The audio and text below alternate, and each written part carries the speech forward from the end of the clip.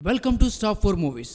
టాలీవుడ్లో super star Mahesh Babu, young rebel star ప్రభాస్ల మధ్య గట్టి పోటీ ఏర్పడింది. ఇద్దరు నువ్వా నేనా అని ఒకరితో ఒకరు పోటీ పడుతున్నారు. బాహుబలిగా ప్రభాస్, శ్రీమంతుడిగా మహేష్ బాబు ఢీ కొట్టుకొని ఉన్నారు. వీరే కాదు, సినిమాలో చేసిన సాంకేతిక నిపుణులు కూడా పోటీ పడుతున్నారు. 63వ సౌత్ ఫిలింఫేర్ అవార్డులో ప్రభాస్ బాహుబలికి 9 నామినేషన్లు, మహేష్ శ్రీమంతుడికి 8 నామినేషన్లు దక్కాయి. ఈ నెల 18న హైదరాబాద్లోని HICCలో 63వ ఫిలింఫేర్ అవార్డుల వేడుక జరగనుంది.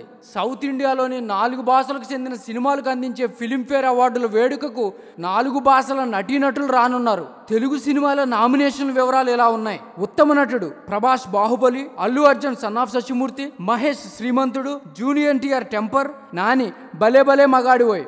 చూడాలి ఎవరికి ఉత్తమ నటుడు అవార్డు దక్కుతుందో. Please subscribe.